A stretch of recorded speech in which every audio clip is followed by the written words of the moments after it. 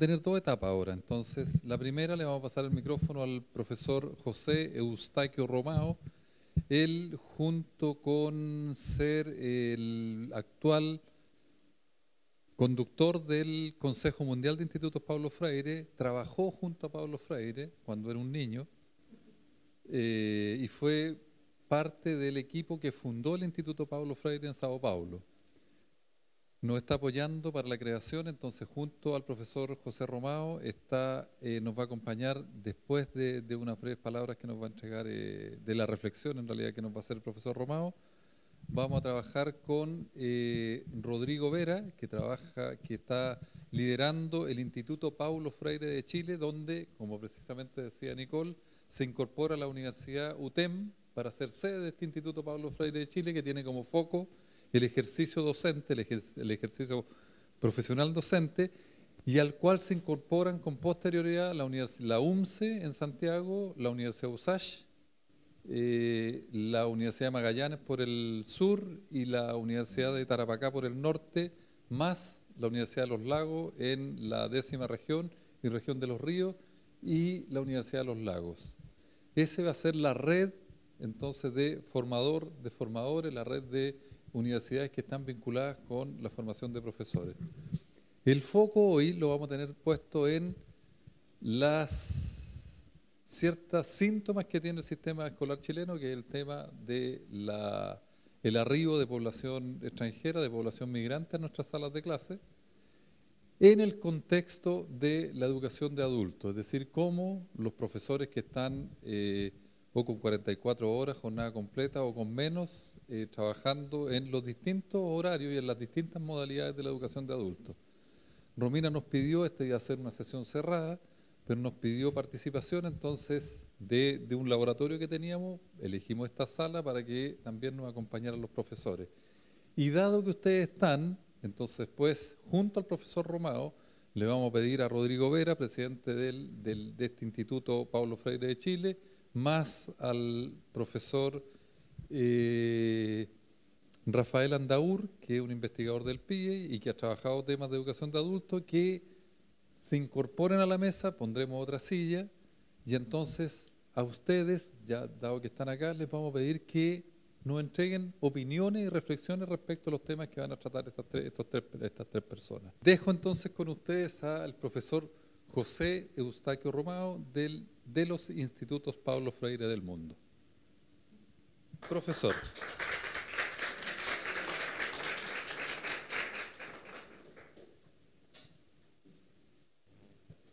Tiene que hablar en el micrófono, profesor, porque estamos grabando. En cualquiera de los tres. En cualquiera de los tres, o en este. Muchas gracias. Buenas tardes a todas y a todos. Yo quería, como siempre, disculparme, en primer lugar, por el portuñol. Pero es un esfuerzo para ser comprendido la comunicación. Si yo hablo en portugués, me olvido de hablar despacio y puedo crear problemas de comunicación. Yo sé que yo no hablo español ni castellano, yo hablo portuñol mismo, porque en Argentina hablaba para los gremios docentes, y yo conté esa historia la vez pasada, y estaba muy convencido que hablaba español, y al fin del evento un docente me buscó y me dijo: estoy muy contento porque comprendí perfectamente su portugués. Entonces, yo me convencí que yo no hablo español. Es un esfuerzo para la comunicación y les pido perdón por los asesinatos del idioma, tan bonito que es el idioma castellano. Aprendí también el mes pasado en Cataluña que no se puede decir español, es castellano, porque español es una creación de los dominadores y tal, como esto para los catalanes, ¿sí? Entonces, yo no hablo ni español ni castellano. Bueno, Dante me pidió para hacer algunas reflexiones. En una universidad como esta, Universidad Tecnológica Metropolitana, puede parecer en el pensamiento de Paulo Freire una situación insólita. Porque Paulo Freire fue conocido, o é conocido em todo o mundo, como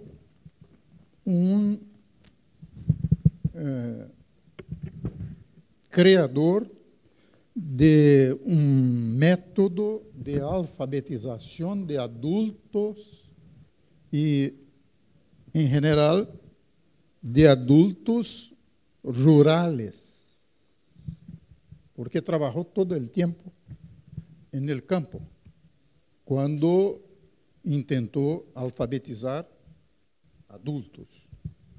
Então, em uma universidade metropolitana, Paulo Freire, como? E em uma universidade, trabalhou em educação básica e tecnológica, además. Então, é insólito. Eu estou aqui com esta dificuldade. Además, há problema que queria compartilhar com vocês. Em meu país e em muitas partes do mundo, Paulo Freire está sendo expurgado. Paulo Freire é acusado de ideologização da educação e, por lo tanto, conducente a desperdício de tempo de todos os que lo aplicam, porque não resulta, não logra resultados, nem em la alfabetização. Em meu país, há a promessa, a ameaça de expurgo a partir de 1º de enero, que as poucas escolas brasileiras que incorporaram o legado de Paulo Freire, científico, ideológico, político, serão expurgadas. Será proibido Paulo Freire em meu país. Querem exilá-lo de novo, aunque esteja morto. Então, é mais insólito falar de Paulo Freire em momento como este.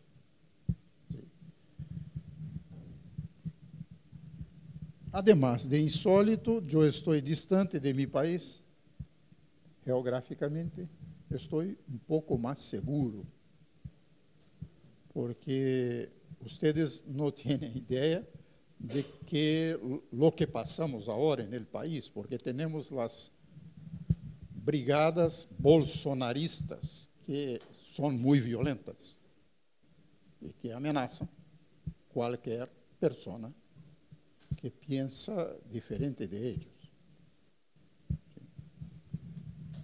Mas estou pouco seguro e posso dizer algumas coisas que eu não posso dizer em Brasil sem correr alguns riscos físicos. Então, queria dizer que vou começar por tecnológica. Quando invitamos Alvin Toffler, o escritor e criador do livro La Tercera Ola, e que discutia fundamentalmente as questões tecnológicas em la educação, abriu sua conferência em São Paulo dizendo, há muitos anos atrás, Paulo Freire estava vivo, e dizia que não compreendia o porquê de la invitação, porque o homem que mais compreendia tecnologia aplicada à educação era Paulo Freire, era brasileiro. Então, por que custo tão alto com um conferencista invitado que vinha de los Estados Unidos para falar de uma temática em que o mais importante especialista do mundo vivia em São Paulo. Se quedaria muito mais barato invitá-lo. Isto dijo Alvin Toffler. E nós nos quedamos um tanto quanto perplexos com esta afirmação. Paulo Freire desenvolveu um sistema ou reflexões consistentes sobre a tecnologia aplicada à educação. Era a questão, a indagação que nós, eu, Moacir Gadot e outros companheiros que estávamos na conferência, nos quedamos atônitos, mirando um ao outro, que quer dizer esse homem. Bueno, uma outra coisa é que Paulo Freire, na universidade, como Paulo Freire jamais escreveu algo sobre a educação superior. Todo o tempo de sua vida estuvo trabalhando com a educação básica de adultos. E, por lo tanto, não disse nada sobre a universidade, o rol de los intelectuales, e coisas como estas. E, finalmente, a área urbana, as áreas metropolitanas tão complexas do mundo atual, que Paulo Freire deu alguma contribuição a isso? Como? Onde está escrito? Em que obra? De los 36 livros que publicou? Ou em seus textos aislados, textos, artículos publicados por todo o mundo. Bueno, eu queria começar por isso. Em primeiro lugar, se Paulo Freire fuera vivo, é uma provocação para nossa conversa, nossa conversação, nossa prática. ¿Sí? Se Paulo Freire fuera vivo, a mi juízo, estaria escrevendo, neste momento, a pedagogia del oprimido de la educação superior. ¿Por quê? Porque escreveu, discutiu educação superior, pero é uma obra não conhecida. Paulo Freire estuvo em México em um seminário muito importante, discutindo com intelectuais de todo o mundo, por vários dias, sobre a universidade, o rol de la universidade e de los intelectuales. E este seminário, lamentavelmente, não está publicado em sua integralidade hasta hoje. Estamos tentando preparar uma publicação, porque é a manifestação explícita de Paulo Freire sobre suas preocupações com esta instituição que chamamos universidade.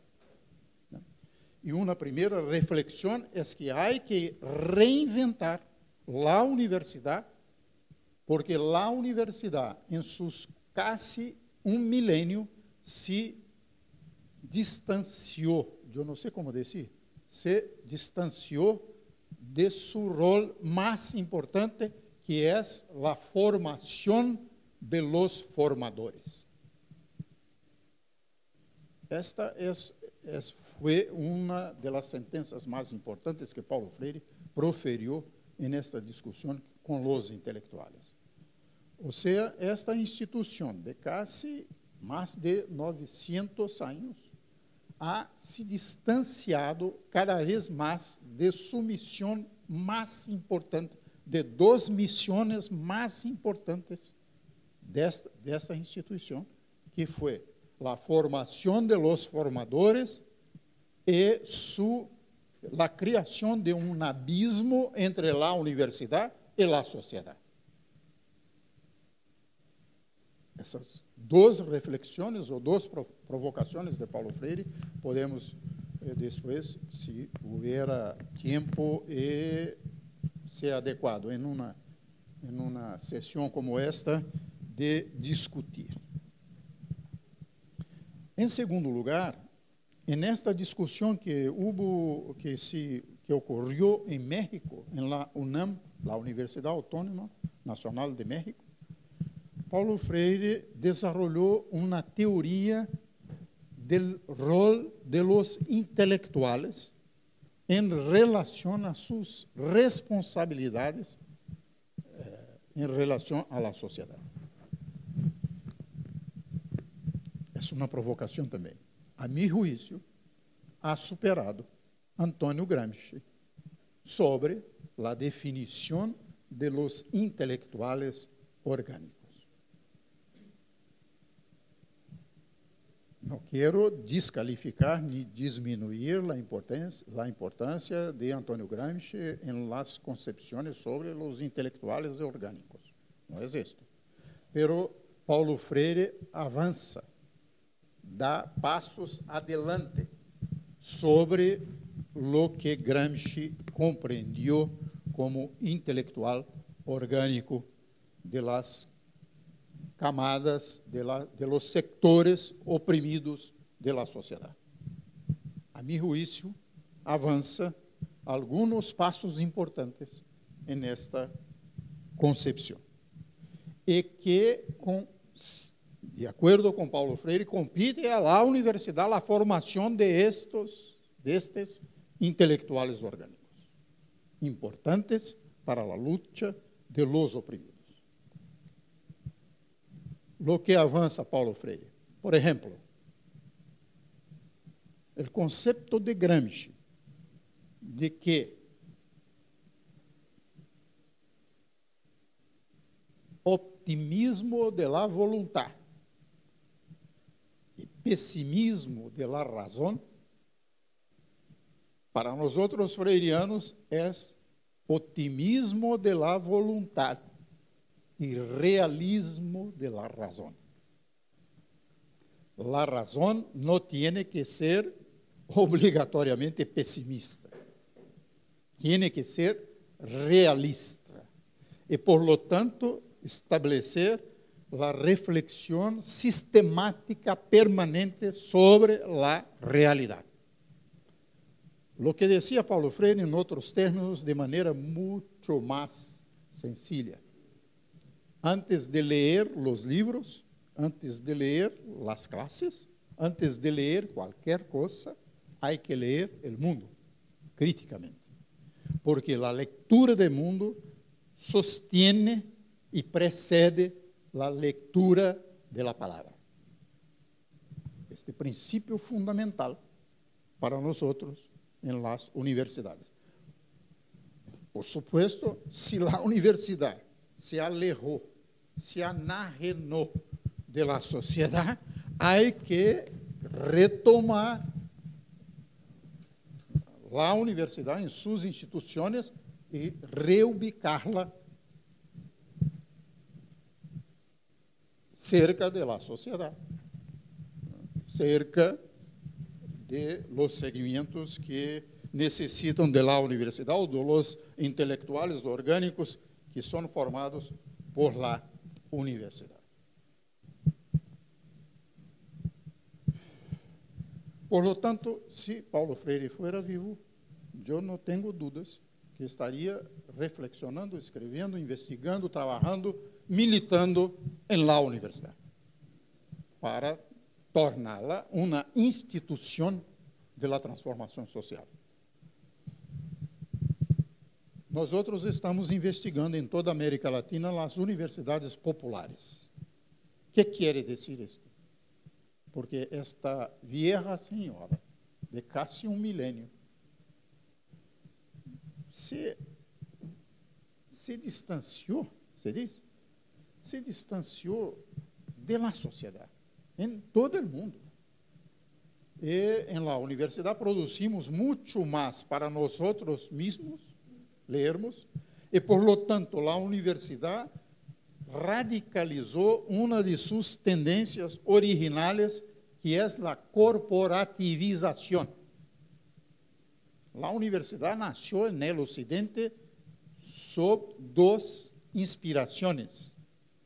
Una inspiración corporativa, corporación de intelectuales, y una inspiración universalista, universidad. Y a lo largo de los años, de los siglos, ahora predomina una orientación, ahora predomina otra orientación. O sea, la universidad es, en un momento, corporativista y en otro momento universalista. Pero, lamentavelmente, parece que ha predominado a primeira inspiração corporativista. Mira, parece um problema menor, parece um problema metafísico, pero não é. Mira, em Brasil, eu vou dar exemplos de meu país.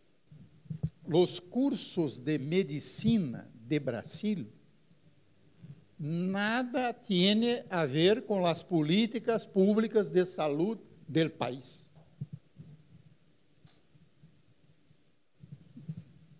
Parece algo impossível. E o esforço del país que estávamos desarrollando antes, eu não sei o que passará a partir do ano 2019, eu não sei. Porque acabamos de desarrollar novas diretrizes de la formação médica en el país, com o intento de fazer o matrimônio entre as agências formadoras de médicos e as agências formuladoras de políticas de saúde para o país. Este foi o intento. E houve uma revolução. Tuvimos que fazer uma revolução normativa, pero que não está totalmente implantada, porque houve reacções muito violentas em todo o país. E os médicos corporativamente se colocaram, se posicionaram, se ubicaram contra as diretrizes, porque queriam manter o espírito corporativo de um segmento dos mais importantes do país, que é de la saúde, porque a saúde em meu país está medicalizada e hospitalocêntrica. O que quero dizer com isto? Nós não temos um Ministério da Saúde. Nós, em Brasil, temos um Ministério da Moléstia, porque é um ministério que todo o tempo se ocupa seu tempo comprando remédios, medicamentos de los grandes laboratórios internacionais para tratar os síntomas de la saúde do país, ou de la moléstia do país. É um ministério de la moléstia. E não tem como sair de um círculo vicioso se não cambiamos as políticas de formação de recursos profissionais para a saúde da população.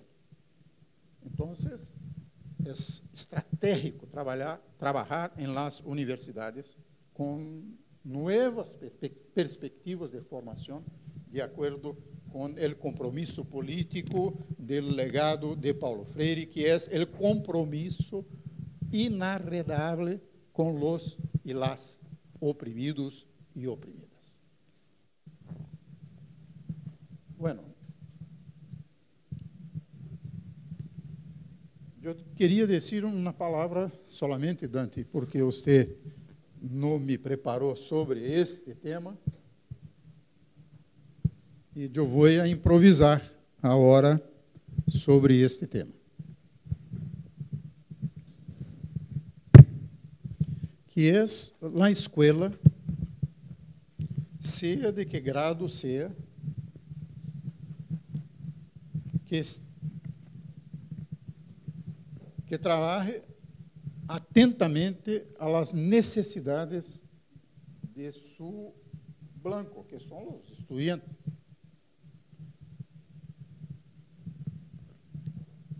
Y mira, por supuesto, Chile y Brasil, yo no sé si otros países de América Latina están viviendo los problemas que nosotros pensábamos que solamente los europeos los tendrían.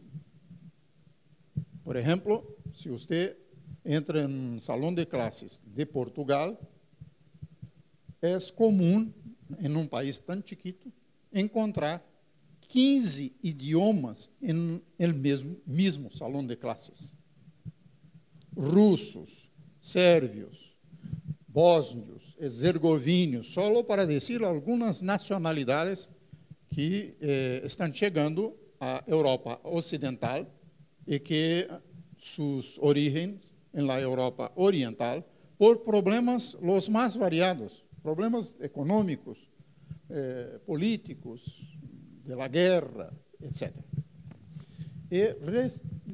Hace pouco tempo me invitaram a ir a Portugal como resolver problemas de alfabetização, por exemplo, de estas pessoas em português, para que os imigrantes, para que trabalhem em Portugal com o domínio básico do idioma português. E me perguntavam se era possível trabalhar com os círculos de cultura que Paulo Freire ha pregonado e ha desenvolvido para trabalhar com os estudantes de tão diversas nacionalidades, identidades culturais, etc. Não se trata só de diversidade nacional, se trata também de diversidade social, porque chegam a Portugal, para manter o exemplo, chegam a Portugal doutores sérvios, pero não dominam o português, assim como chegam trabalhadores braçais, que não têm diplomas da Sérvia. Então, há diferenças sociais, intelectuais, em los salones de classe, que os maestros, os professores portugueses, alfabetizadores, não sabem o que fazer. Como resolver um problema como este? E me perguntavam se era possível desenvolver processos educacionais com bases em Paulo Freire, em círculo de cultura, para resolver problemas desta natureza. Eu não teria as respostas, porque há que encontrá-las na prática. Uma outra pergunta, não resolvida por la investigação que é desenvolvida na universidade. E os niños de estas famílias de imigrantes que chegam nas escolas infantiles, é possível desenvolver círculo de cultura com niños? Porque o círculo de cultura que Paulo Freire ha desenvolvido em Brasil e em outros países de África era um trabalho exclusivo com adultos e que falavam o mesmo idioma. Então, no aprendizagem do segundo idioma, é possível aplicar círculo de cultura?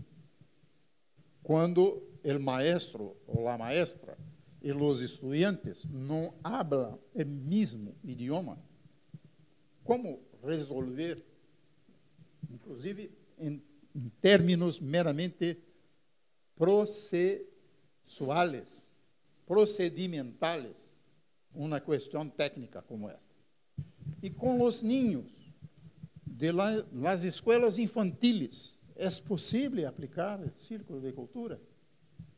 São perguntas muito importantes, estratégicas, que nós temos ou tendremos que desenvolver com nossas investigações.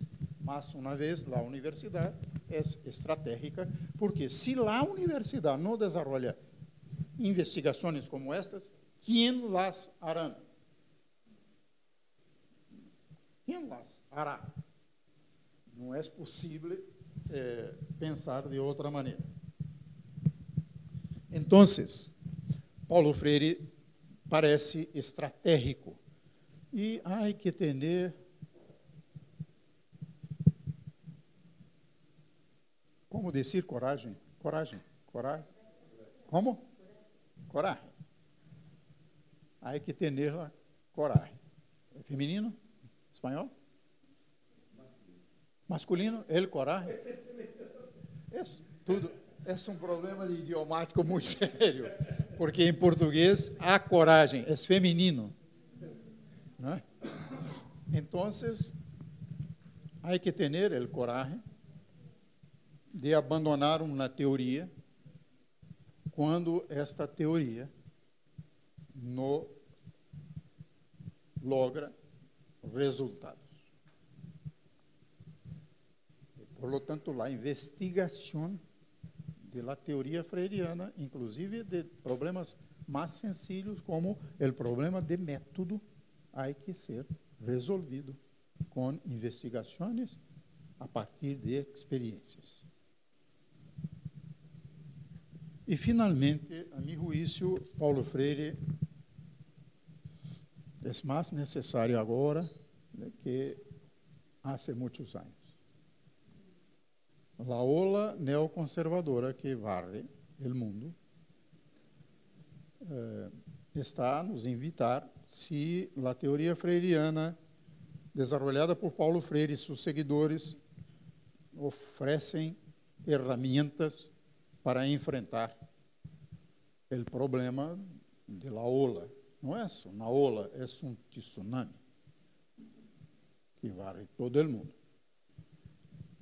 Eu posso estar enmarcado por lo que passamos em Brasília neste momento e exagerar algumas afirmações.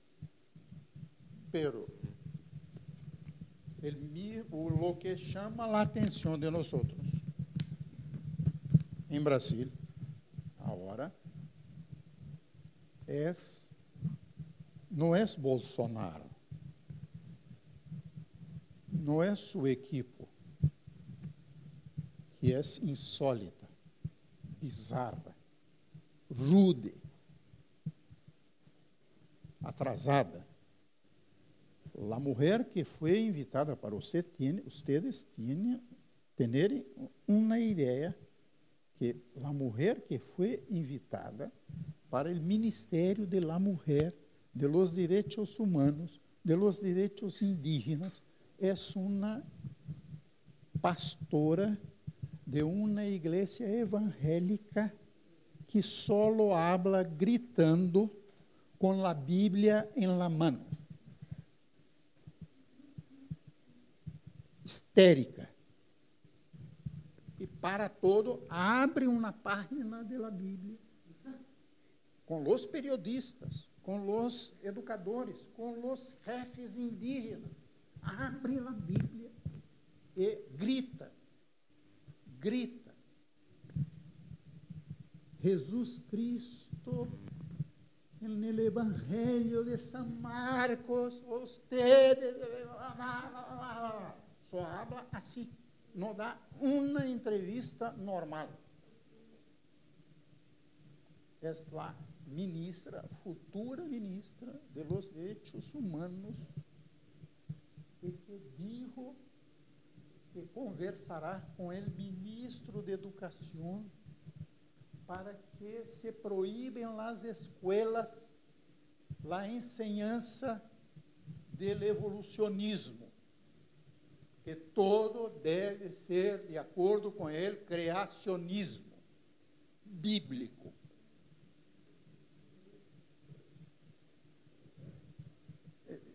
Explicita isso assim, como estou dizendo, não estou exagerando nada. E mais, o ministro de Educação trabalhou comigo 18 anos. O futuro ministro de Educação. Eu desconfio com muitas pistas que é um agente de la CIA. Preciso dizer mais? É um colombiano que barrou em Brasil, em los 80, em minha universidade. Eu era professor do departamento de História e barrou no departamento de Filosofia. Não sabemos como, porque não me acuerdo mais de seu concurso. Eu penso que não há feito concurso para ingressar em la docência superior em uma universidade federal pública, que era obrigatório o concurso, mesmo em la ditadura. E que de uma hora para outra este homem se quedou professor catedrático do Departamento de Filosofia da Universidade Federal em Minas Gerais.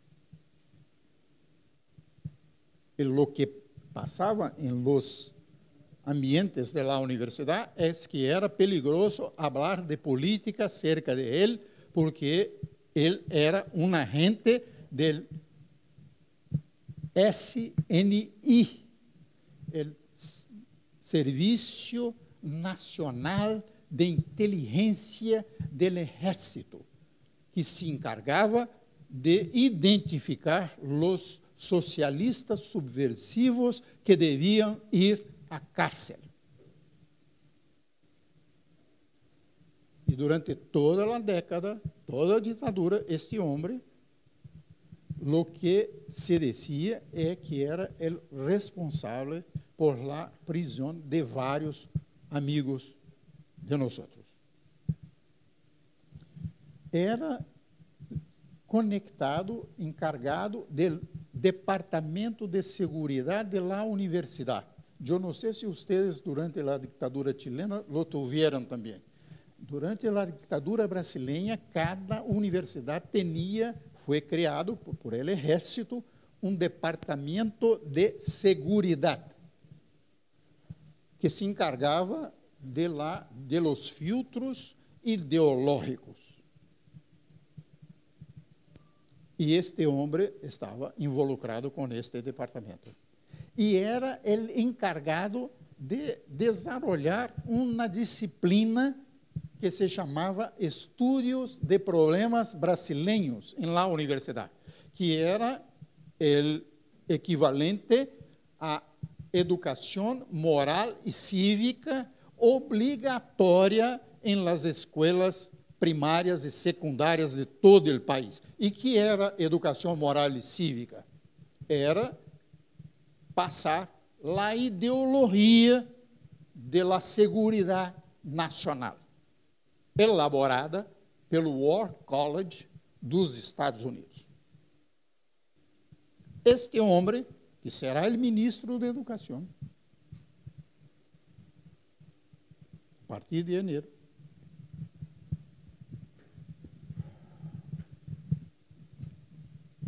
era e é, hasta hoje, o jefe da Associação de los Diplomados de la Escuela Superior de Guerra, que é um órgão criado em Brasil pela CIA a partir da War College dos Estados Unidos. Então, eu não estou de acordo com meus amigos do passado que diziam que este homem era um agente do SNI, do Serviço Nacional de Investigação.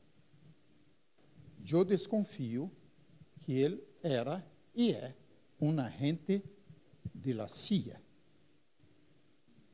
encargado em Colômbia, em um núcleo que forma estes agentes internacionais, e que desceu em meu país com uma missão estratégica. Por lo tanto, o problema é mais profundo, mais grave que podamos imaginar. Não é teoria da conspiração do império. O império jamais abandonará a América Latina. E os países estratégicos de América Latina, para seus laboratórios, é uma ilusão de nós latino-americanos imaginarmos que os Estados Unidos desistiram de América Latina. América Latina é eu não sei como dizer em castelhano, o quintal, como decimos em português, o terreno que... Como? O pátio traseiro do império. É importante, e muito importante, para manter as formas de capitalismo e de acumulação capitalista. Eu queria encerrar esta primeira intervenção com uma reflexão mais. Há uma ilusão de nós, analistas latino-americanos, em geral, há exceções,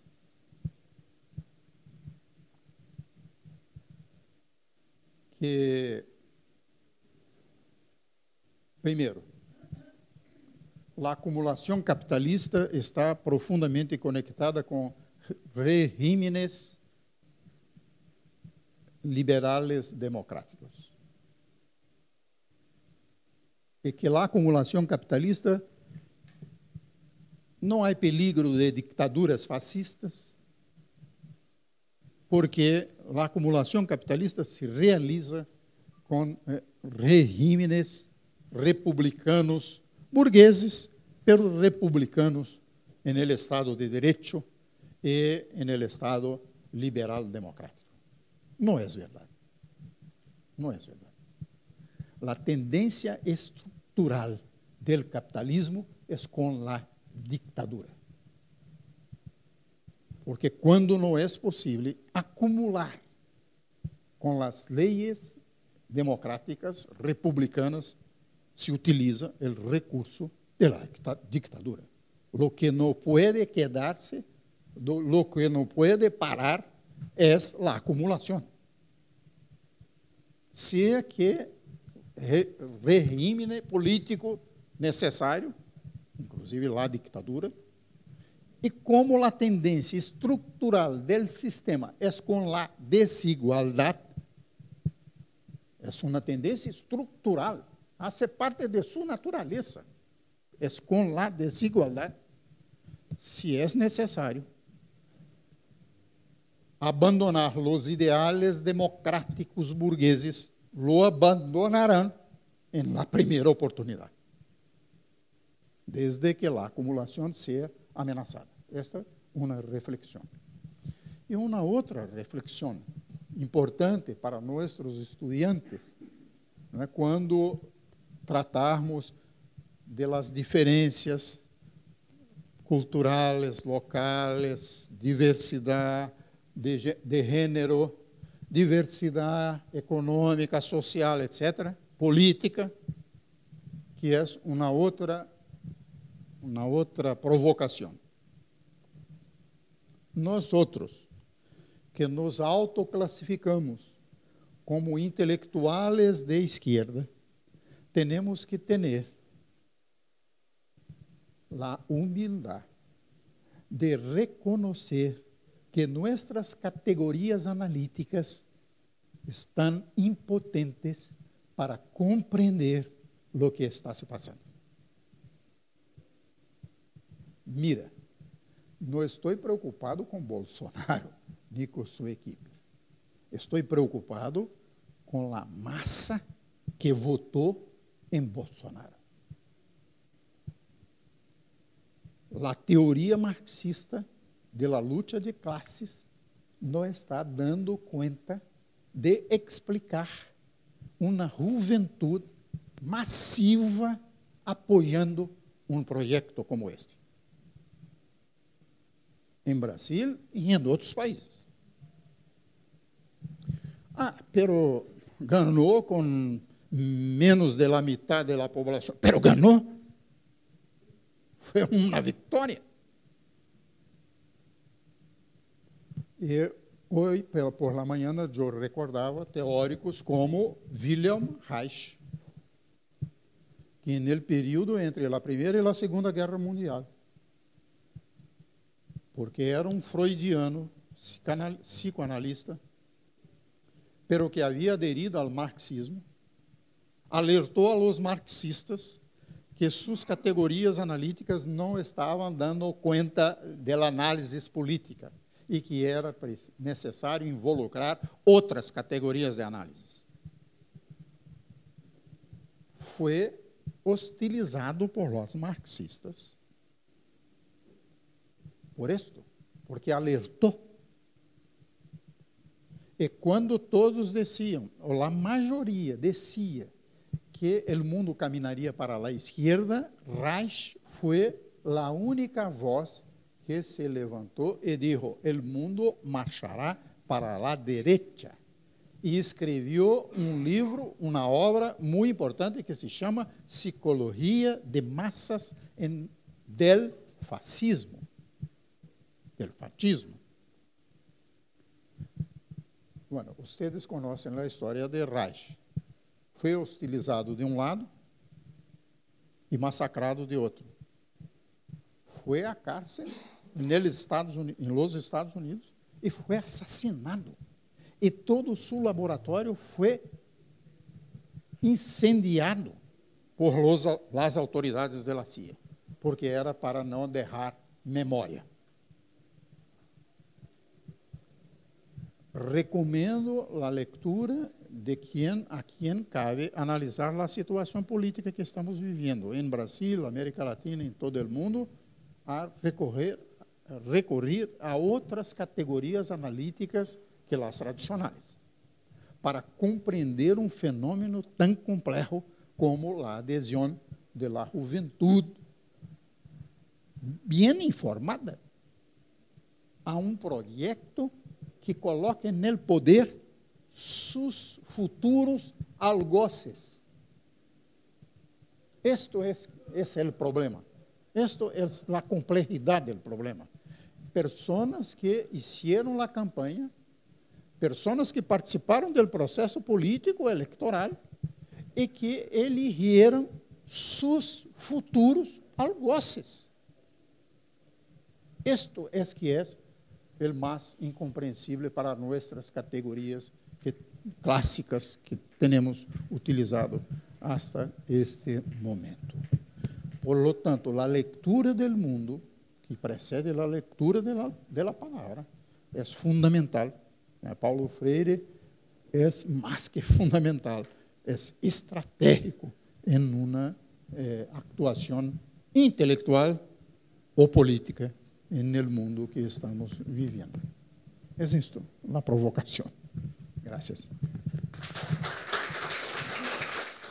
Nos queda un ratito más, entonces lo que vamos a hacer a partir de la provocación del profesor Romao, que nos obliga a pensar en el contexto de estas tendencias que ejemplificamos en Brasil, cómo pensar, cómo podemos trabajar con estudiantes que, o sea, para hoy sería imposible, al parecer, vivimos pensando que nuestro sistema escolar está siendo más sensible respecto a la diferencia. Consideramos que, por ejemplo, hemos avanzado en la incorporación de distintas identidades y distintas expresiones culturales.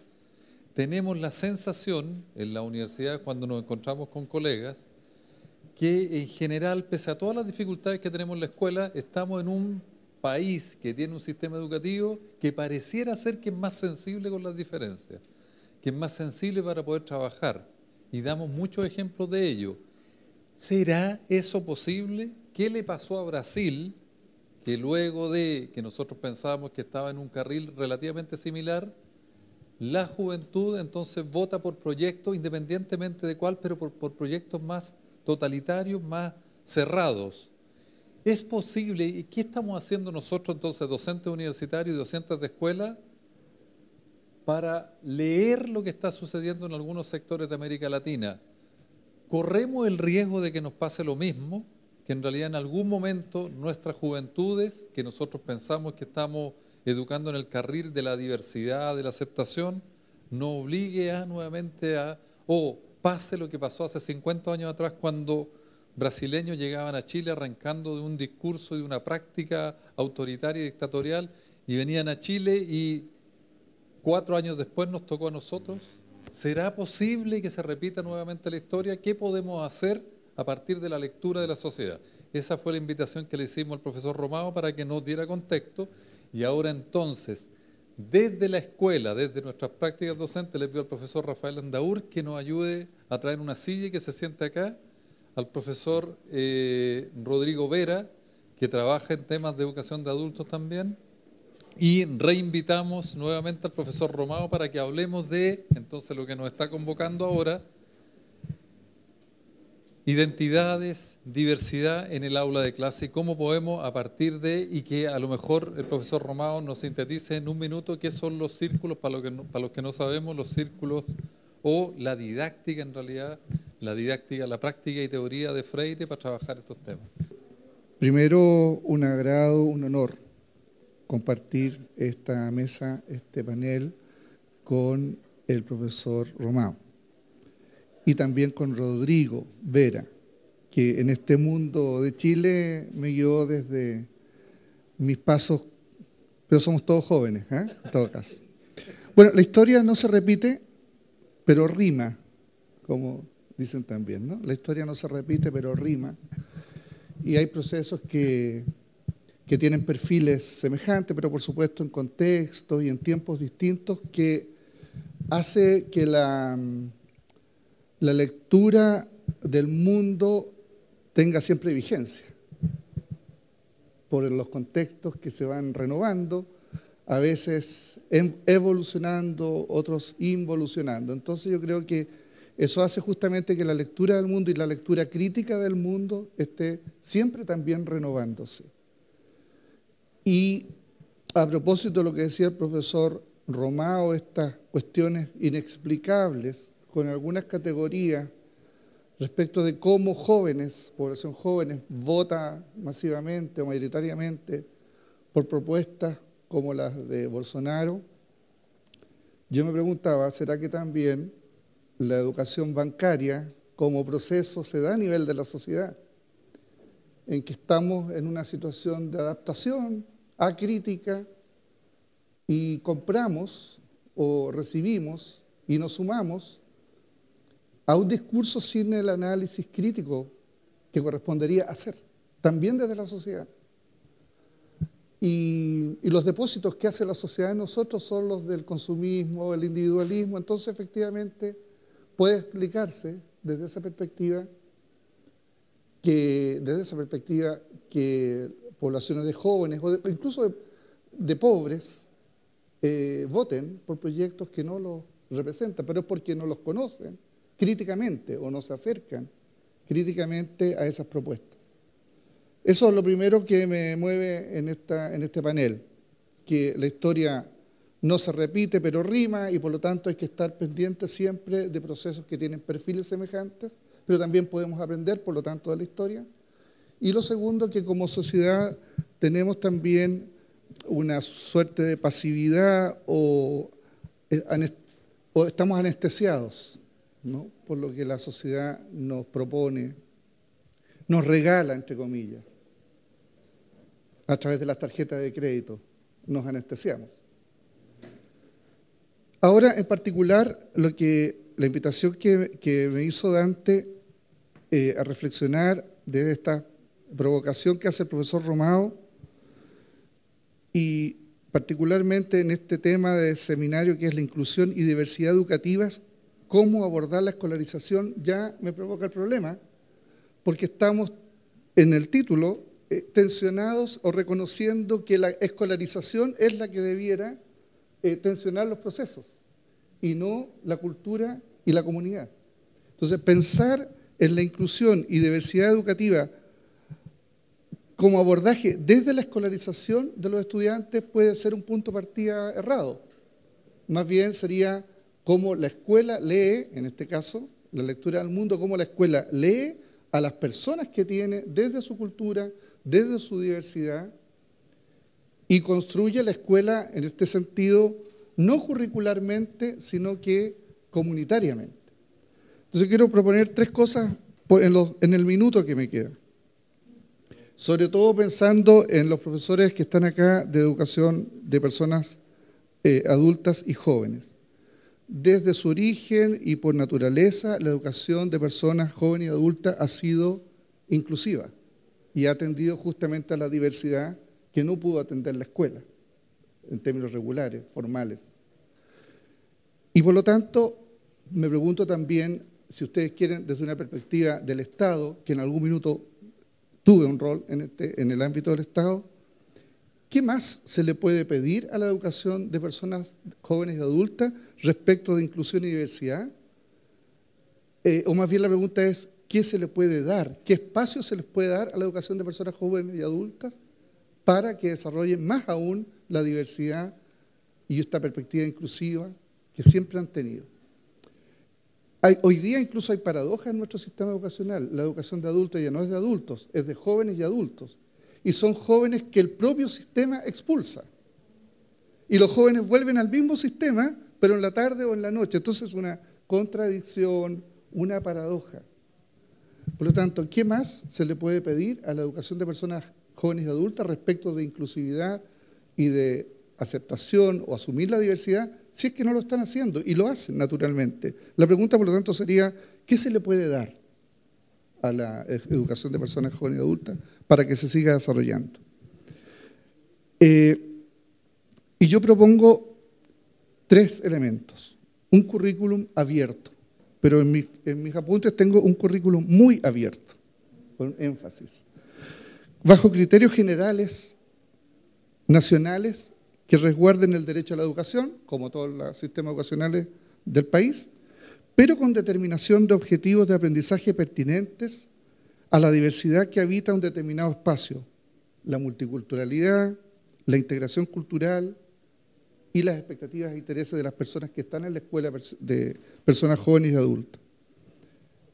Un currículum abierto que defina una calidad base para todos, pero por sobre eso, pertinencia y relevancia de lo que se enseña. Los círculos de cultura perfectamente podrían entonces hacerse carne definiendo el currículum de cada una de las escuelas de personas, de jóvenes y adultas en un determinado territorio, en una determinada comuna. Segundo aspecto, una gestión descentralizada de la educación de personas jóvenes y adultas, donde la comunidad educativa elige a quien puede guiar mejor el proyecto educativo que define la propia comunidad, y no al revés, en donde son los equipos directivos los que definen el proyecto educativo institucional que deben seguir las personas. Yo veo el sistema en este caso al revés. La comunidad levanta el proyecto y elige, por lo tanto, a quien mejor pudiera conducir ese proyecto. Los consejos escolares, que es una estructura que funciona en nuestras escuelas, en este caso serían en realidad consejos de gobierno, o podrían ser, perfectamente. Y esto no es tan lejano porque yo recuerdo, no sé si todos ustedes conocen, la experiencia de Educo en El Salvador, que es una experiencia justamente descentralizada, en donde las comunidades rurales, fundamentalmente, afectadas por la guerrilla, definen quiénes son los que enseñan en su comunidad. Y no lo hace el Estado central, que por lo demás está en crisis. Y un tercer elemento, un espacio integral en términos de la educación de personas jóvenes y adultas, en que coexista la educación formal con las necesidades formativas de la comunidad y especialmente con un carácter barrial, comunal. Es decir, abrir la escuela al resto de las comunidades sociales, políticas, culturales, artísticas que habitan en el territorio de la educación de personas jóvenes y adultas, para levantar desde allí efectivamente la pertinencia de lo que se enseña, y no desde un currículum muy rígido, con objetivos de aprendizaje que ven al promedio de la población y no ven los caracteres específicos o individuales. Hasta ahí esta intervención.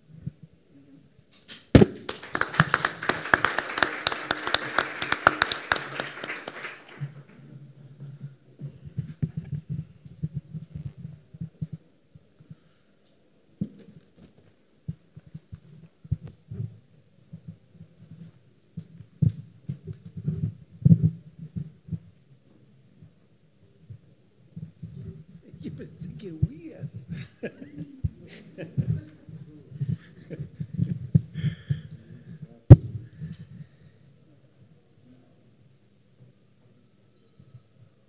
hagamos una síntesis de la práctica pedagógica que nos propone Paulo Freire. Es favorecer experiencias donde los sujetos se asuman como sujetos dialógicos, que crean y aprenden en la diferencia y en el respeto de esa diferencia y del otro. ¿Sí? Sujetos dialógicos que valoran y reconocen esa diferencia y ven en la diferencia las posibilidades de crear y aprender. Y eso implica respeto por el diferente. Yo creo que en ese planteamiento que Paulo Freire realiza a lo largo de su vida, da respuesta a la crisis que estamos hoy día viviendo, cuando José Eustaquio señala que el neoliberalismo o el grado de desarrollo del capitalismo va a necesariamente superar esa democracia liberal, burguesa, y la va a convertir en dictadura. Yo creo que este planteamiento de sujetos dialógicos que respeten la diferencia, y de ahí la fuente de producción de conocimiento y de creación, Paulo Freire nos está proponiendo una democracia que no es una democracia liberal y no es tampoco una democracia colectiva, sino que es una democracia transindividual. Este planteamiento lo compartimos en Barranquilla. La democracia liberal parte de la base de que somos un conjunto de células individuales, con identidades individuales y autonomías individuales. Y yo creo que cuando Freire trabaja este concepto en pedagogía del oprimido y señala que el yo es yo en la medida de que el tú me reconozca y yo reconozca al tú que lo constituyo, nos está dando una base ontológica y ética cualitativamente distinta para pensar cuál es la democracia que el progresismo, la izquierda, le propone hoy día, en esta fase, al país. La democracia liberal, tú decías, precisamente burguesa, opresora, es decir, que concentradora del poder, ¿ya? Yo creo que no tiene ninguna contradicción con el neoliberalismo. Yo creo que Bolsonaro va a seguir navegando en una democracia liberal y, como Eustaquio señalaba, con mayoría electoral. Pero una cosa distinta que el progresismo plantea que la democracia que planteamos no es colectivismo, no es el dominio del Estado sobre el individuo, sino que es una cosa dialéctica, que no es individuo ni sociedad en opuesto, sino que es una entidad distinta que podemos denominar transindividual, donde sociedades e individuos no podemos imaginarlos independientemente entre sí, sino que constitutivos mutuamente de esta polaridad, y ahí entra con esta transindividualidad, esta dialecticidad de Paulo Freire, a decir, bueno, tenemos que tener una nueva ética, una nueva eticidad, y construir nuevas utopías con una construcción del hombre, de la humanidad, distinta a lo que hoy día hemos estado conviviendo. Yo creo que Paulo Freire, sin duda, valoró la democracia y planteó que la lucha revolucionaria tendría que ser democrática. Valoró como una eticidad de respeto, en la cual el oprimido no es que ocupe el lugar del opresor, sino que el oprimido absorbe al opresor y ambos, ¿no?, creamos una realidad transindividual de mutuo respeto. Entonces vuelvo a la frase inicial de Paulo Freire. Sujetos dialógicos crean y aprenden en la diferencia y en su respeto del otro y de la diferencia. Y yo creo que eso es muy rico, es decir, que esa práctica pedagógica que nosotros logramos como maestros, que los estudiantes establezcan entre sí, es decir, descubran que se aprende junto a otro, mirando al mundo, respetándose, escuchándose, generando diálogos, ¿no? Y ese diálogo dialógico, que significa yo no soy distinto a ti y lo que tú estás aportando es parte de mí. Tenemos una clave para pensar la práctica pedagógica y también un proyecto de sociedad donde el neoliberalismo dialoga con la democracia liberal, pero creo que Paulo Freire nos inspira a decir, mire, no es la democracia liberal donde prima el individuo sobre la sociedad, ni tampoco propongo donde prime la sociedad sobre el individuo, sino que lo que propone Freire es individuo y sociedad son constitutivos de esta nueva eticidad que la práctica pedagógica nos invita a encarnar. Eso.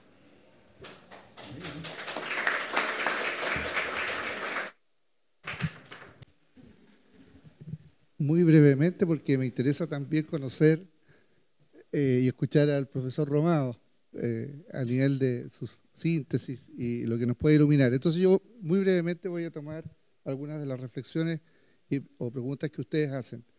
En primer lugar, un concepto bien general. Nos tenemos que dar cuenta que en esta agradable tarde de 34 grados, la conversación ha sido densa, no por la temperatura, o por la alta temperatura. Ha sido densa y esto es, en mí opera como una receta, pero no sé si para ustedes, porque hemos hablado al mismo tiempo, integradamente, interrelacionadamente de educación, política, cultura, ideología y poder. Y en la escuela a veces solo hablamos de educación. O en la calle a veces solo hablamos de poder. Entonces, es una sola conversación. Es una sola conversación y yo creo que tenemos que hacer conciencia, efectivamente, que si hablamos de educación estamos hablando de política, cultura, ideología. Si hablamos de ideología hablamos de poder, hablamos de educación. Y eso creo que esa es una necesidad en las escuelas, en la conversación. Eso como concepto general.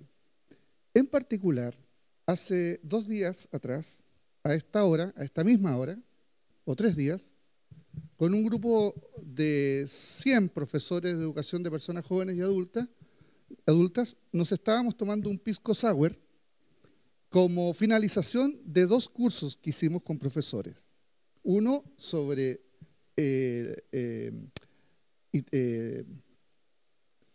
el aprendizaje de las personas jóvenes y adultas desde una perspectiva sociocrítica y la otra sobre neurociencia, aplicada a la educación de personas jóvenes y adultas.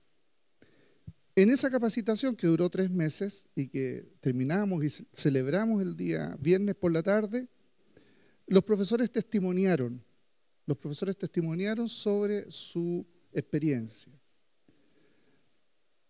Y recojo de los testimonios que se dieron ahí 3 elementos que aparecieron también como conclusión de un curso anterior, también con profesores de jóvenes y adultos. Y a ver si acaso en estos 3 elementos que voy a decir rápidamente no descubrimos algún tipo de estrategia de estas que son necesarias de implementar. 1. Un profesor decía que le interesa mucho hacer cursos de capacitación, etcétera, porque estamos desprovistos. Entonces me pregunto, y creo que es la respuesta, ¿de qué estamos desprovistos? ¿Y qué es lo que tenemos? Cuando un profesor dice, las capacitaciones son buenas porque son herramientas, ya que estamos desprovistos de estrategias didácticas, estamos desprovistos de recursos, estamos desprovistos de discurso. ¿De qué estamos desprovistos? Yo creo que es un primer elemento para conversar en la escuela. qué es lo que tenemos, qué es lo que no tenemos y qué es lo que somos, porque uno se reafirma en el yo y en el tú a propósito de identificarse. Segundo testimonio de un profesor. Respecto de las metodologías que se trabajaron en las capacitaciones, uno dice, me parece que esto no fue tan academicista, fue más un conversatorio, pensando en las prácticas, pero más bien reflexionando sobre las prácticas. Y ahí yo creo que hay otro criterio, reflexionar sobre las propias prácticas. Y esto no es la teoría, este es el discurso de profesores colegas como de ustedes. Y un tercer elemento que me parece trascendental. A propósito del impacto de las capacitaciones, un profesor dice, entonces, ese es el objetivo. Que yo, cuando vuelva en marzo al CEIA, o sea, haga una especie de inducción a mis colegas. Es decir, transferencia, sentirse ya no tan solo con el aprendizaje que obtuve, sino que sentirme con más fuerza, comillas, poder, para poder hacer innovaciones. Sé que no estoy respondiendo al nivel de procedimientos ni estrategias didácticas, pero creo que son criterios concretos, por lo demás, porque salen de la voz de los profesores.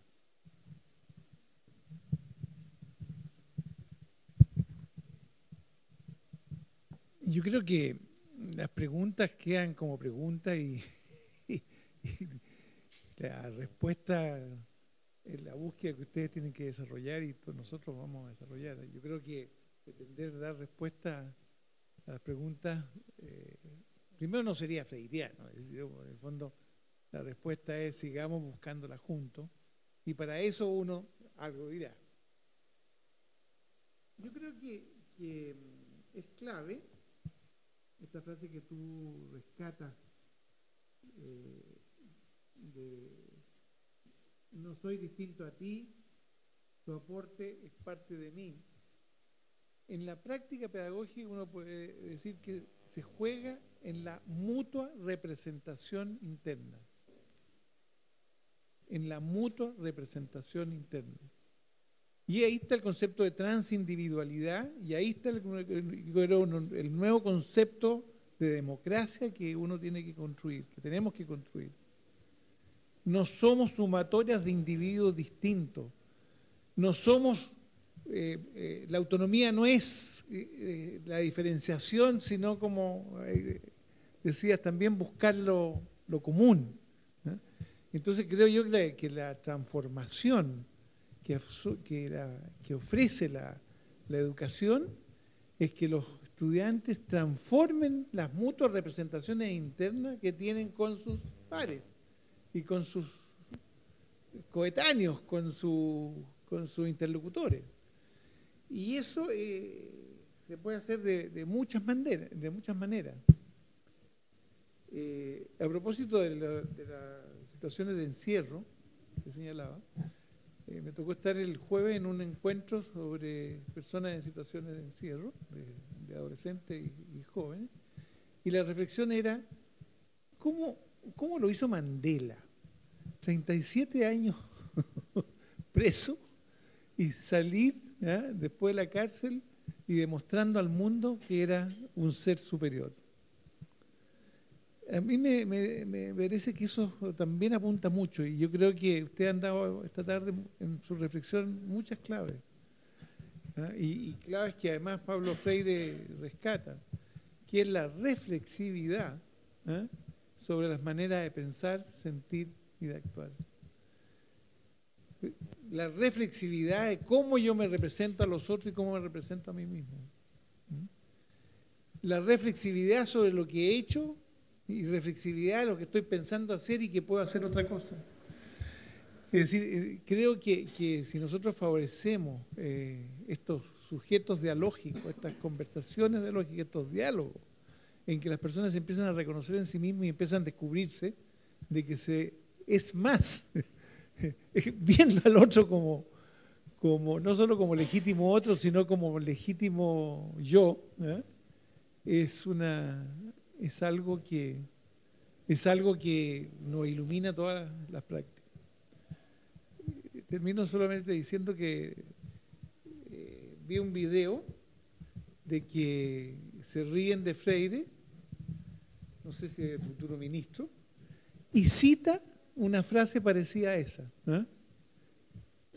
El otro me constituye como yo y yo lo constituyo como otro. Y dice, mire las tonteras que dice Pablo Freire. ¿Quién entiende esto? Y yo creo que desde esa perspectiva no se puede entender, no se puede imaginar que nos sintamos al otro como parte de mí.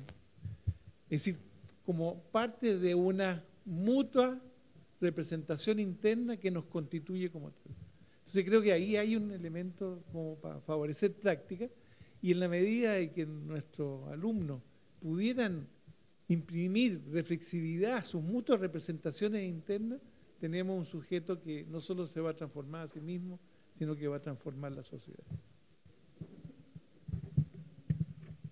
Muchas gracias.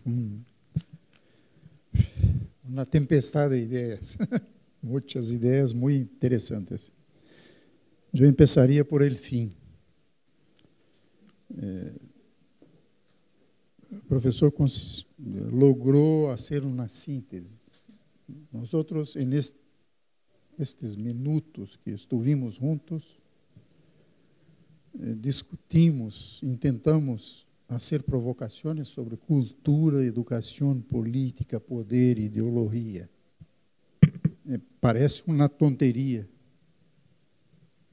para los liberales, porque ellos no miran, no ven la dimensión política de la actividad educativa.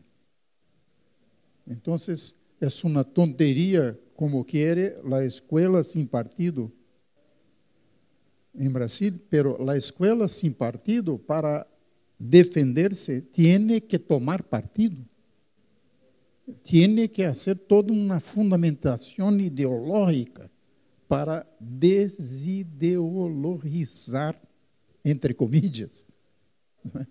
Lo que es más enervante para ellos es que tiene que hacer reflexiones políticas para intentar despolitizar el discurso educativo. Y esta es la contradicción profunda. Entonces, profesor, yo pienso, estoy seguro que usted ha sintetizado muy bien, que cuando se habla de educación, no hay como no hablar de política.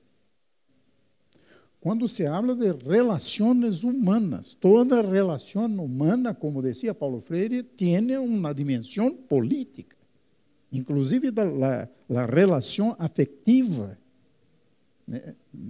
del enamorado con la enamorada tiene una dimensión política. Toda relación humana no logra ser relación humana sin esta dimensión política. Y por lo tanto, una dimensión de poder, una relación de poder, más poder, menos poder, poder igual. Por lo tanto, no hay cómo salir de estas temáticas, de estas dimensiones. Y quería decir que mi amigo Rodrigo Vera ha incorporado definitivamente el concepto de sujeto transindividual, que es más que sujeto colectivo, es más. El sujeto colectivo puede ser el somatorio de nuestras intervenciones, fuerzas, poderes, etc. Pero el sujeto transindividual mantiene la relación dialéctica entre la persona, el individuo, y el colectivo. Y por lo tanto, es diferente. Me acordé de un principio que fundamenta sus preocupaciones transindividuales. Ni en la gramática de los idiomas latinos, neolatinos, yo más tú no es igual a nosotros. No es igual. Nosotros es diferente de yo más tú. gramaticalmente. Y entonces, quiere decir políticamente. ¿Sí? Este sujeto transindividual que usted habla es el nosotros.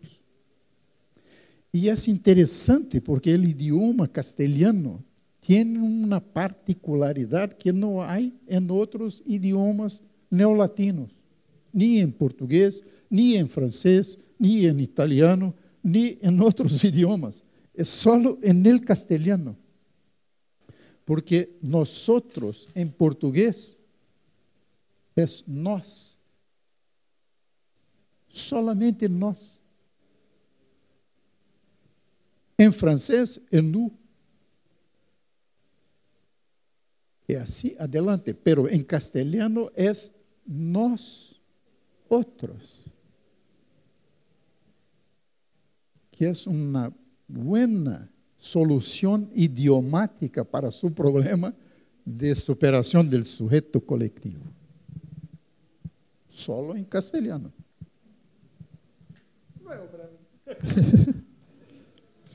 Bueno, yo quería decir algo para los educadores de adultos.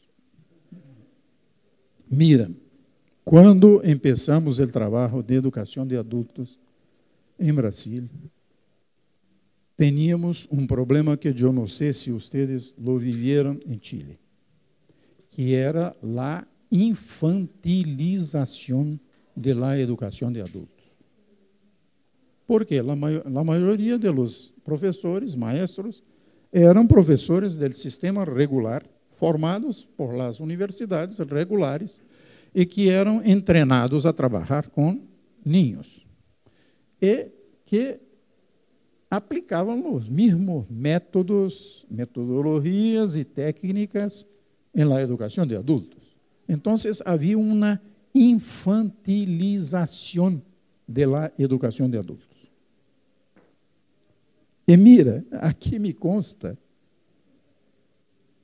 solamente em América Latina chamamos a educação de adultos de educação de jovens e adultos.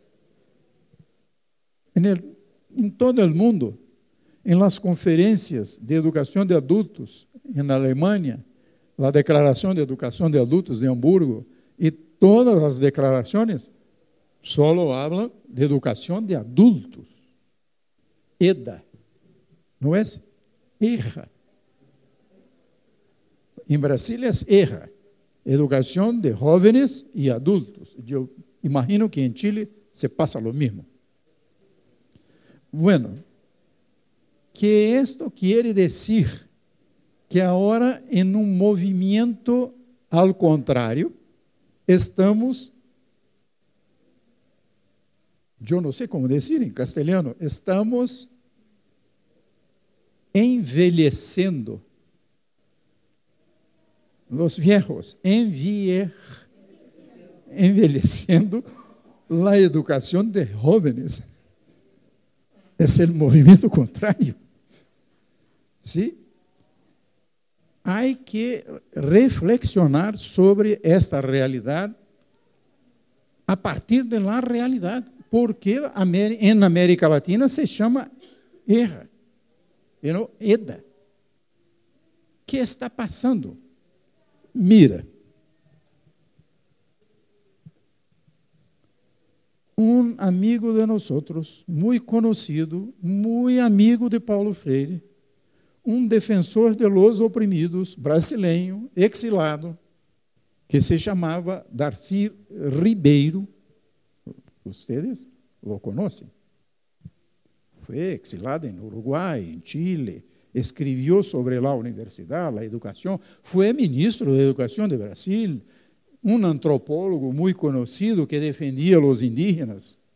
Darcy Ribeiro desenvolveu a seguinte teoria sobre educação de adultos. As escolas regulares é o mais grande celeiro, como se diz? Celeiro, onde se põe os granos, granadero. La escuela regular es el más grande granero de analfabetos.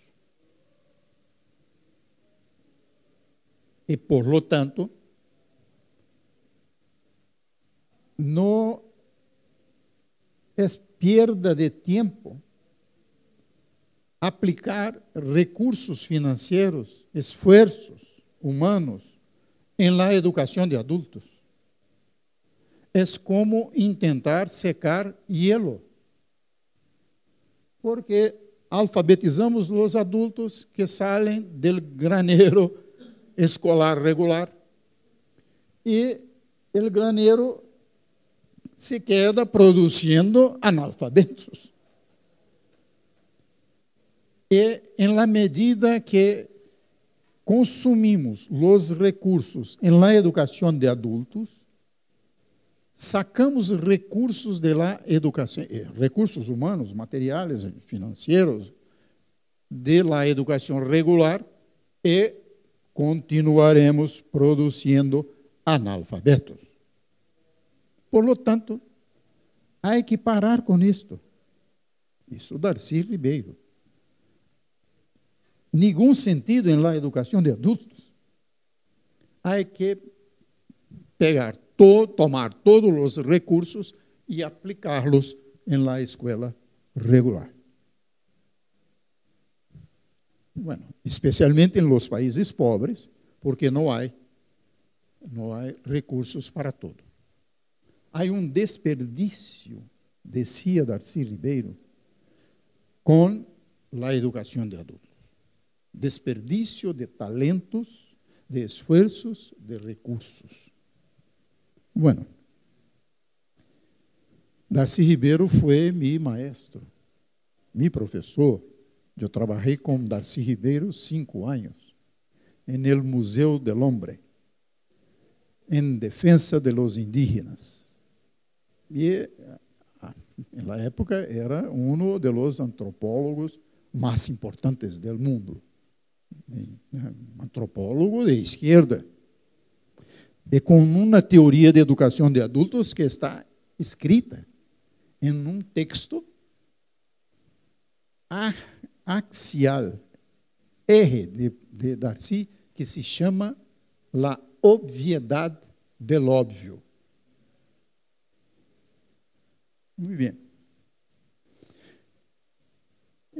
Por esta época, com muito medo e respeito, escrevi um livro sobre a eutanásia pedagógica, que era o que propunha Darcy.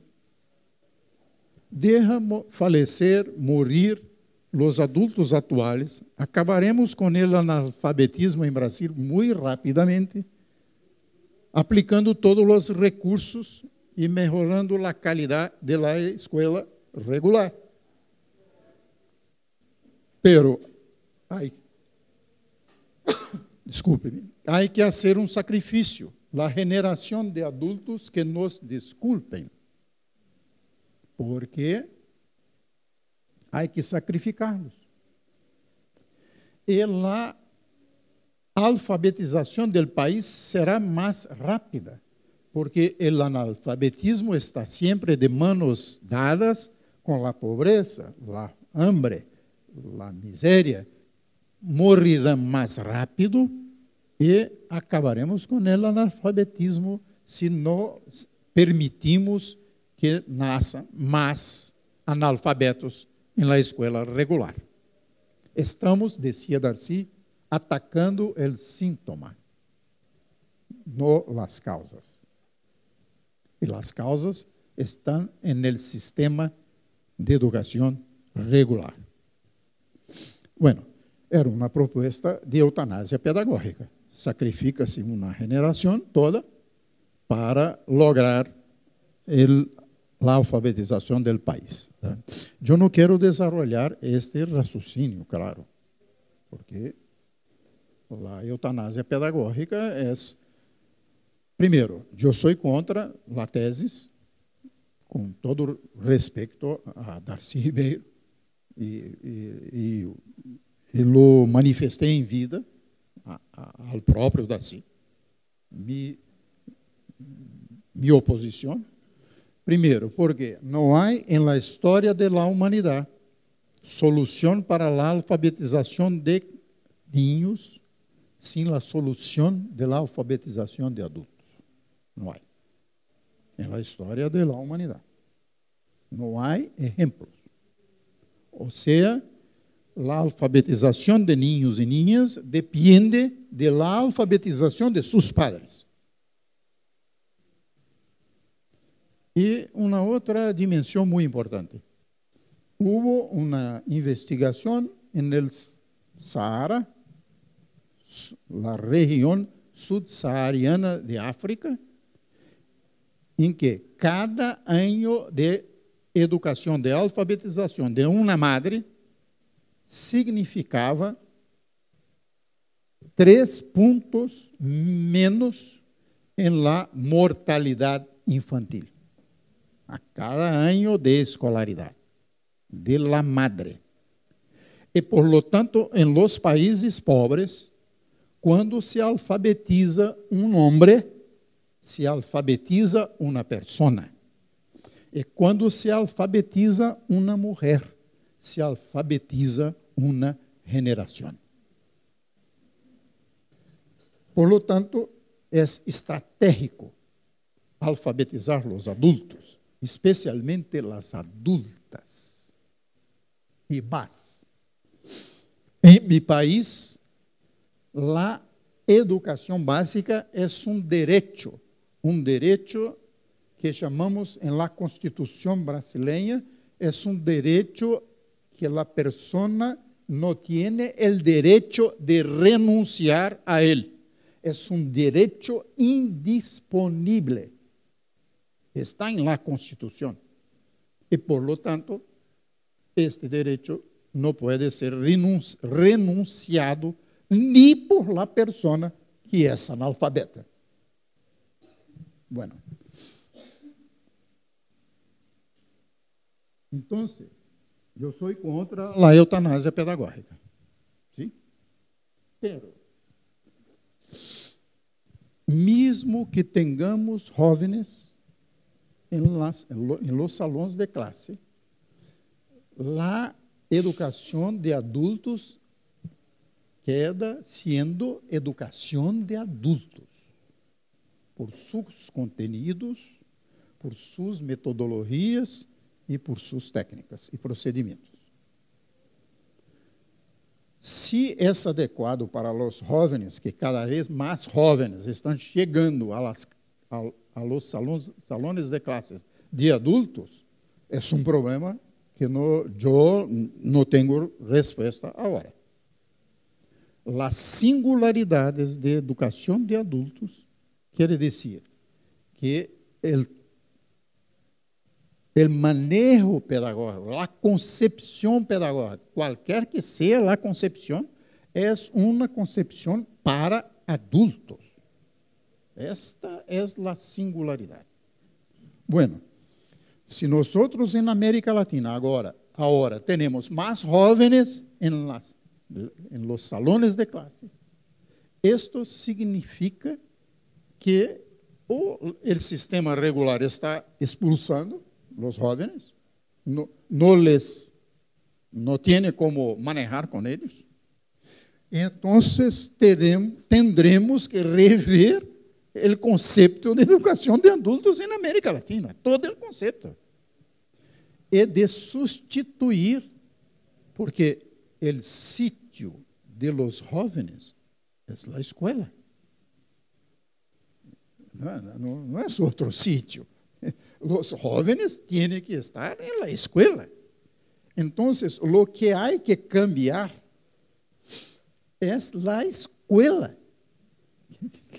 A proposta de Paulo Freire e de Darcy Ribeiro, que neste sentido têm razão. Darcy tinha razão. Nós temos que manter os jovens na escola, mas em uma outra escola. Porque não é possível fazer esta confusão, que temos uma escola para adultos, que é necessária para adultos, ¿sí? E Agora não sabemos se é escola para jovens ou para adultos. Bueno, um outro problema que me chamou a atenção, e eu termino com isto. Dois problemas. Em primeiro lugar, é o conceito de temas transversales. Esto é uma contrafação espanhola. Paulo Freire criou uma solução para isso, que é um conceito muito mais rico, muito mais precioso, muito mais esquisito, que é o conceito de tema generador. Os temas são generadores, não há transversalidade no currículo. E por que nasceu este término? ¿Por qué nació esta expresión tan ambigua, tan confusa? Me disculpe. ¿Por qué? Lo que pasó fue esto. Los españoles no comprendieron con mucha seguridad el concepto de tema generador. Entonces intentaram reinventarlo. E reinventaram. E lhe puseram o nome temas transversales. Bueno, nenhum problema. Há que reinventar, dizia Paulo Freire. Pero reinventaram muito malamente. Por quê? Porque os temas transversales são pré-dados. E em uma concepção curricular freiriana, não há componentes pré-concebidos, são construídos em el diálogo com os estudantes. Nós outros freirianos somos acusados de que nós outros não, as escolas freirianas não têm currículo. Não é verdade. As escolas freirianas não têm currículos pré-estabelecidos. Os currículos são generados em la alfabetização com as palavras generadoras, que resultam de investigações transindividuales entre professores e estudantes de la realidade, com uma leitura crítica do mundo.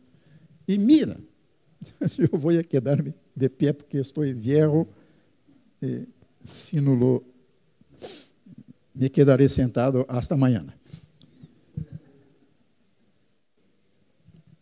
E mira, quando os espanhóis criaram os temas transversales, estabeleceram fijamente os temas transversales.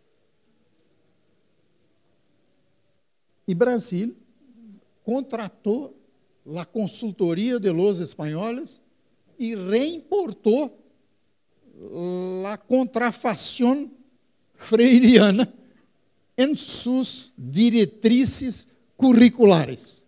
Mira que paradoxa.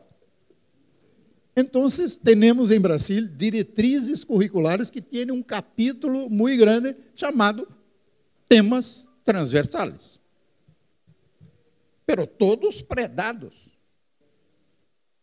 O tema de la sexualidade, o tema de los direitos humanos, o tema... Isto é. São temas generadores. E o importante é o que destacaram os dois professores aqui. Os temas generadores são generados em la investigação conjunta transindividual de los professores com los estudantes. E não há necessidade de ficar pregonando, de se quedar pregonando respeito às diferenças, à diversidade. Por quê? Se isto é hecho em la composição do currículo, será respeitado automaticamente, historicamente, a diversidade. porque a diversidade nasce da construção conjunta transindividual do currículo. Eu não sei se esto me parece muito importante na teoria freiriana, que é o cambio do paradigma tradicional. O currículo tem que ser construído em um processo dialógico, como vocês destacaram todo o tempo. O currículo em seu sentido estrito de matriz curricular, ou no sentido amplio de todos os procedimentos que ocorrem no processo educativo e pedagógico. ¿Sí? Então, eu queria subrayar isto, que está implícito em todo o que foi discutido, pero que há que sintetizar e que é uma diferença fundamental da pedagogia freiriana na educação de adultos ou de qualquer tipo de educação. ¿Sí? Gracias.